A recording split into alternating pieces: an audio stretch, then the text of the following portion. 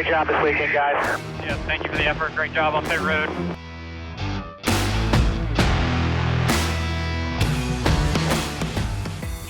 And what's up, everyone? Welcome back to another episode of Historic Hot Laps. I'm your host, Alex Daniels. On this episode of Historic Hot Laps, we had IndyCar head to the streets of Arlington, Texas for the very first Arlington Grand Prix, bringing top-level open-wheel racing right into the middle of one of the biggest sports districts in America. We'll break down the build-up to that event and how that inaugural race played out. Then we go international as Formula One returns to Shanghai International Circuit for the Chinese Grand Prix, where a young star delivered one of the biggest stories of the early F1 season. After that, we head to the desert for a full NASCAR weekend at Las Vegas Motor Speedway. We'll recap the O'Reilly Series race, the Pennzoil 400 and NASCAR Cup Series, and talk about the incredible triple-duty weekend pulled off by Kyle Larson as he bounced between NASCAR and dirt racing with the high-limit Sprint Car Series. And to wrap things up, we'll take a look back at the first time NASCAR's top series ever raced in Las Vegas, and how the city became the way it is to embrace stock car racing as it does today. All that and more on episode 80 of Historic Hot Laps. Let's get it started. Let's start this week with a brand new race, the IndyCar calendar. The series headed to the streets of Arlington, Texas for the first time running of the 2026 Java House Grand Prix of Arlington, marking IndyCar's return to the Dallas-Fort Worth area in a completely different way than the fans were used to. For years, the series raced at Texas Motor Speedway, but this time the action moved right into the city. The new circuit wound through Arlington's entertainment district, running past AT&T Stadium and Globe Life Field, home to the Dallas Cowboys and the Texas Rangers. The track itself was temporary street circuit measuring 2.73 miles, with 14 turns, making it one of the longer street courses IndyCar has run in modern years. Drivers had to deal with a mix of long straights, tight braking zones, and a technical section near the stadium complex. The race distance was set at 70 laps, totaling just over 190 miles. Because it was a brand new circuit, the entire weekend was about learning the track. Practice sessions were full of drivers pushing the limits and figuring out braking points and grip levels, which is always tricky on the street course and has seen in many races prior to this one. When it came time for qualifying, it was Marcus Ericsson who put together the best lap of the session.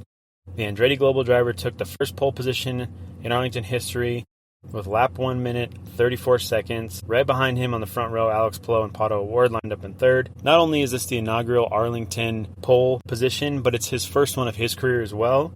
So that was awesome to see. As we know in IndyCar, starting up front doesn't always guarantee a win. When the green flag dropped Sunday, strategy quickly became a deciding factor. Street races tend to produce cautions, which can flip pit strategy upside down, and teams had to constantly adjust fuel and tire plans as the race unfolded. One of the drivers quietly moving forward through the field was Kyle Kirkwood. We've seen him on street courses before. We know how good the Andretti cars are on street courses. They held the pole with Marcus. Kirkwood's no slouch either. Starting 7th, the Andretti Global driver steadily worked his way toward the front of the race as progressed. By the closing stages, the battle at the front centered around Kirkwood and Palou.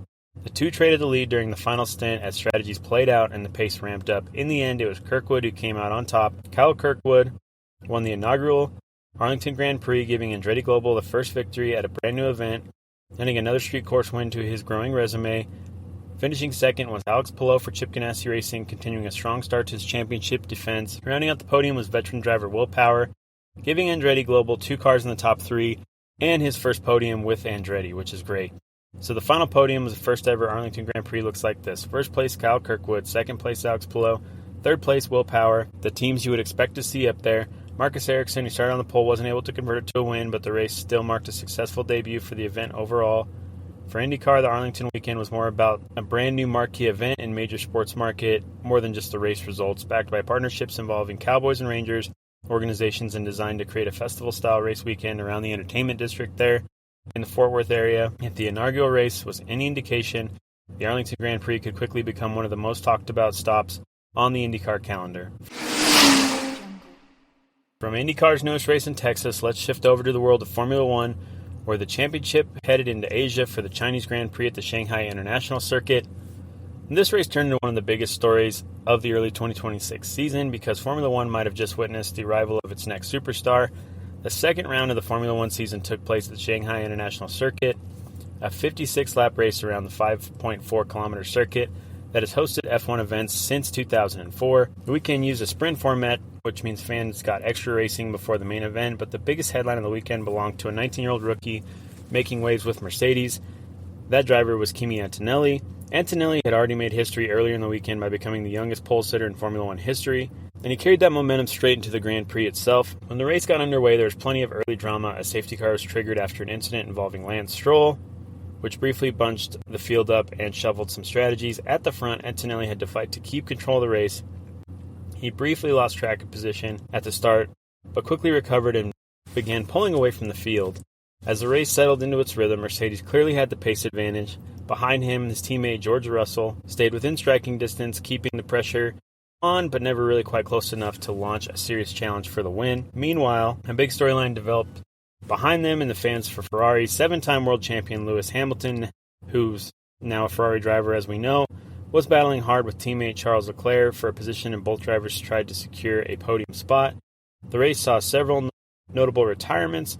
Defending champion Max Verstappen was forced out with technical problems, while both McLarens failed to even take the start due to electrical issues, cutting the field down quite early. Up front, though, Antonelli stayed calm and controlled his closing lap. Despite a brief lockup late in the race, the young Italian kept everything together and brought the car home for his first career Formula One victory. At just 19 years old, Antonelli becomes the second youngest winner in Formula One history and the first Italian driver to win a Grand Prix since 2006, which is a crazy stat.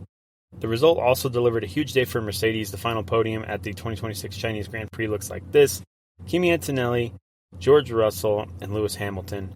Just off the podium was Charles Leclerc in fourth, though, so that's a third and fourth place finish and a good points for Ferrari. Further down the order, strong performances came from drivers like Ollie Behrman, Pierre Gasly, and Liam Lawson as they rounded out the top 10. But the real story from Shanghai was a breakthrough moment for Antonelli. The young Mercedes driver didn't just win the race, he did it with the composure of a veteran, controlling the pace and delivering one of the most impressive performances of the season so far. And if this race is any indication, the 2026 Formula One season might be witnessing the beginning of a very special career. Alright, from Formula One in Shanghai, let's bring it back stateside because NASCAR spent the weekend under the lights in Vegas. The series headed to the desert for annual spring stop at the Las Vegas Motor Speedway.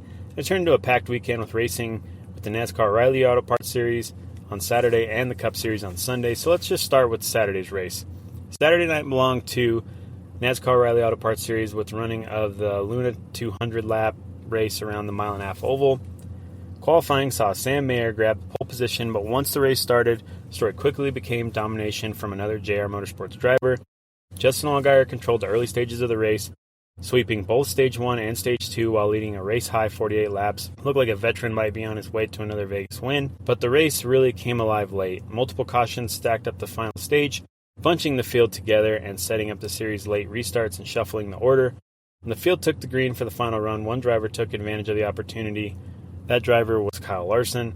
Running a part-time schedule in the series, Larson jumped to the lead in the late restart and took control of the race from where he pulled away and led the final 47 laps to take the victory. The win marked Larson's 18th career victory in that series and gave JR Motorsports another strong result during the early part of the season. You also had Chase Briscoe, Sheldon Creed, Justin Allgaier, and Sammy Smith making up your top 5. It's a race full of cautions and late drama, but a late race charge ultimately spoiled the deal. Then on Sunday, the spotlight shifted to the main event, the Pennzoil 400. Heading into the race, Christopher Bell grabbed the pole position after a fast qualifying lap, and Toyota teams locked out the top 4 starting spots. Once the green flag dropped, the race turned into a long battle of strategy, tire management, and track position across 267 laps. Throughout the afternoon, the lead changed hands multiple times, with different teams taking turns at the front during the stage breaks. Stage 1 went to Christopher Bell, while Stage 2 was won by William Byron. The biggest storyline of the race came from veteran driver who had to work his way forward, and that was Denny Hamlin, who started near the front but spent much of the race fighting through traffic and managing pit strategy. As the race moved into the final stage, Hamlin's team began to dial the car in, and he steadily climbed back towards the lead. When the race reached its closing laps, Hamlin took control of the event, and he never looked back. He led a race high of 134 laps and drove away to capture a win in Vegas. The victory was Hamlin's first of the 2026 season and the first of his NASCAR Cup Series career. You also had a second-place finish by Kyle Larson and a teammate to Denny and Chase Briscoe rounding out the top 3. It was a strong day for Toyota teams overall, and a big emotional win for Hamlin as he had another victory to his already Hall of Fame caliber career. And let's just talk about something real quick, and that's the fact that he came back from a penalty of speeding in the pits and still worked his way back to the win. That's pretty wild, and that wraps up the busy weekend in Vegas.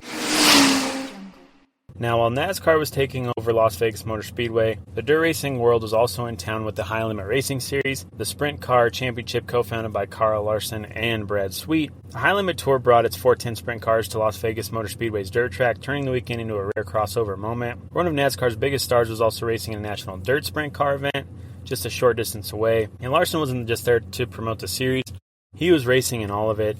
Drivers in the country, including series regulars like Brad Sweet, Rico Abreu, and Corey Day. As expected, the racing on the half-mile dirt was intense, with drivers sliding through the corners and battling inches apart from along the cushion. Larson put together another strong run on the dirt, showing once again why he's considered one of the most versatile drivers in the world. But what made the weekend really stand out was a schedule he managed to pull off. On Saturday, Larson ran the high-limit sprint event, then headed back to the pavement to complete the O'Reilly Auto Parts Series race, where he ended up taking the win.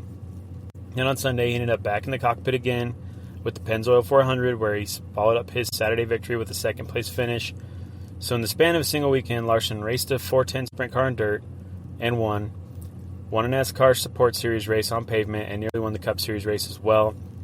That kind of versatility is incredible rare in modern motorsports. Most drivers today focus on one series, one car, one schedule. Larson, on the other hand, continues to race just about anything he can. Weekends like this are a reminder of why he's earned the reputation as one of the most talented drivers in the sport, from sprint cars to dirt, stock cars, half-mile, mile-and-a-half oval.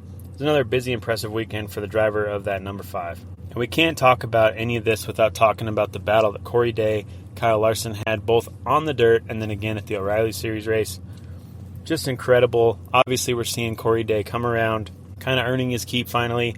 He gets a lot of hate online from a lot of people, but obviously Kyle Larson sees something in him, and if there's a good judge of character, I'd say it's probably that guy. So we'll see what he comes up with, but he's definitely putting in the work. He's doing the double headers like Kyle Larson is. He's a young kid. He's got a lot to learn. He's definitely got a lot to learn, but that doesn't matter. He's got the work ethic. He's got the skill. It'll all come together for him. Let's hit a couple of IndyCar news segments real quick. First of all, Hélio Castroneves returns to Indy 500 in 2026. He's heading back to the place where he built his legacy. The 4-time Indy 500 winner has officially confirmed his return to the 2026 running of the Indy 500, adding another chapter to one of the most iconic careers in motorsports history. Castroneves, now in his late 40s, has never been one to step away quietly. Even after transitioning away from full-time IndyCar competition, he has remained active across multiple racing disciplines, from sports cars to special event entries. But the Indianapolis 500 has always been a unique place in his career.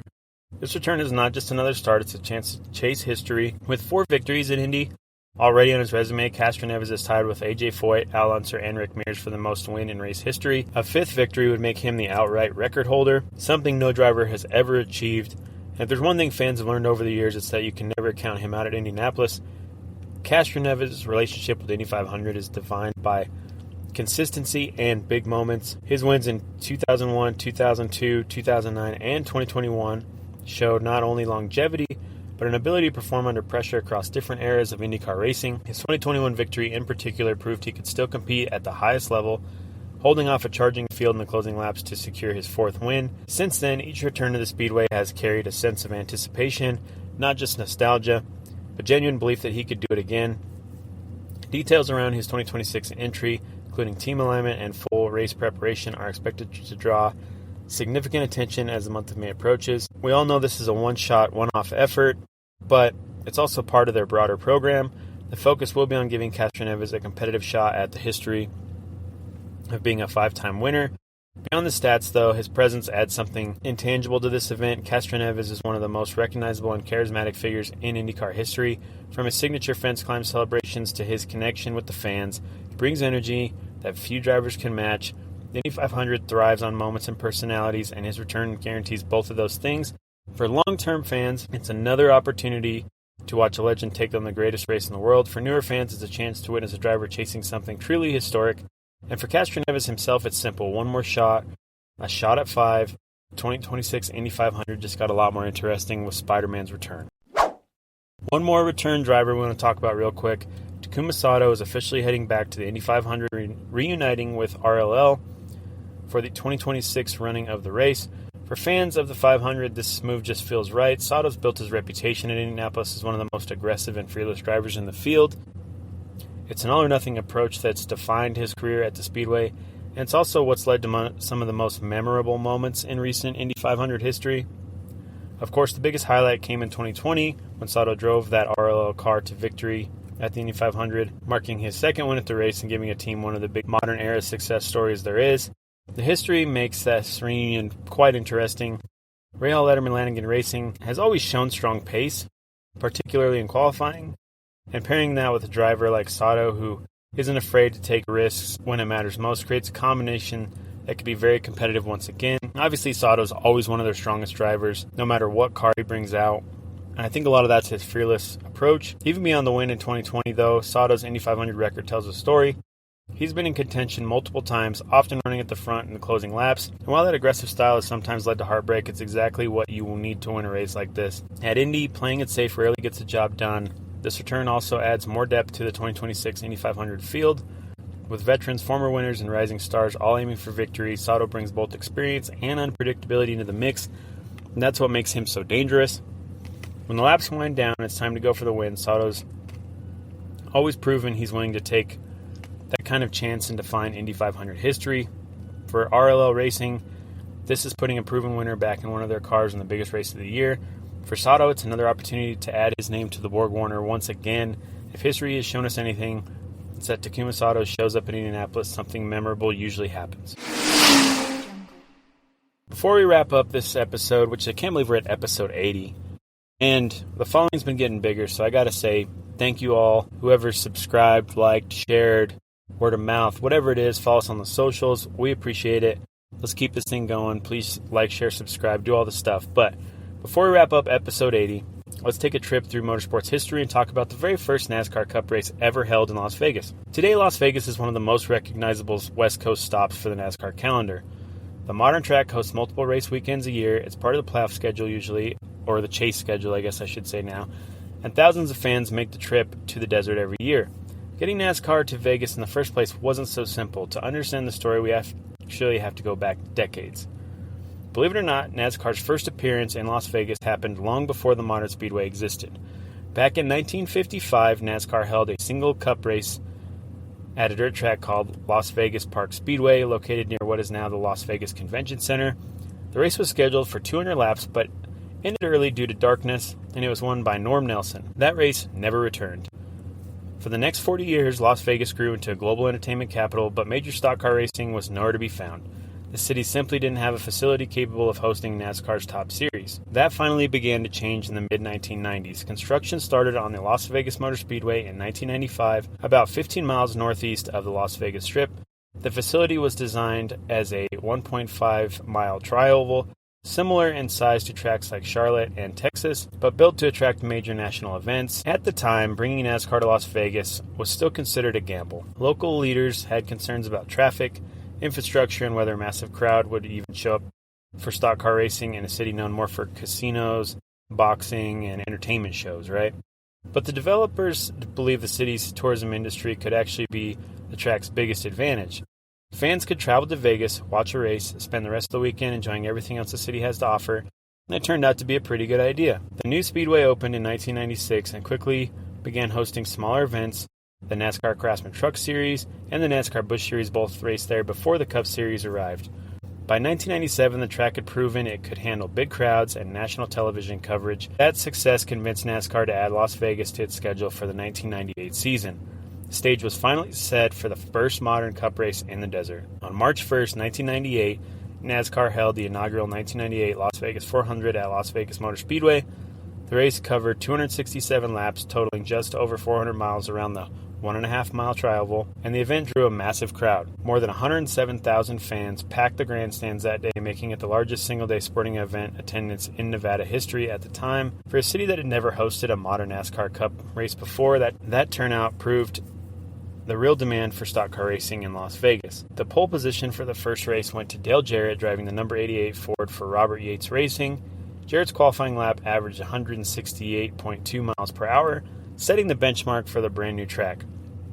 The field featured many of the biggest names in the late 1990s NASCAR era, including Dale Earnhardt, Rusty Wallace, Jeff Burton, Bill Elliott, and Mark Martin. It was a stacked lineup of veterans and championship contenders, And a total sidebar here, but can you imagine being there and those that were there, seeing all those veterans running for the first time at this track, those names, those guys, the Mount Rushmores, if you will, of NASCAR, just insane. When the green flag dropped, the race quickly turned into a showcase for one team in particular. Roush Racing and their Ford Taurus entries were incredibly strong that weekend. Their driver Mark Martin quickly established himself as the car to beat. Over the course of the race, Martin led 82 laps, the most of any driver that afternoon. The event itself was relatively clean compared to many races of the era. There were only 2 caution periods for 9 total laps, which allowed the field to stretch out and race at high speed for much of the afternoon. Late in the race, Martin took control of the lead, began pulling away from the field. One of the biggest twists in the race involved the pole sitter. Dale Jarrett looked like one of the few drivers capable of challenging Mark Martin, but his day ended early when an engine failure while running near the front.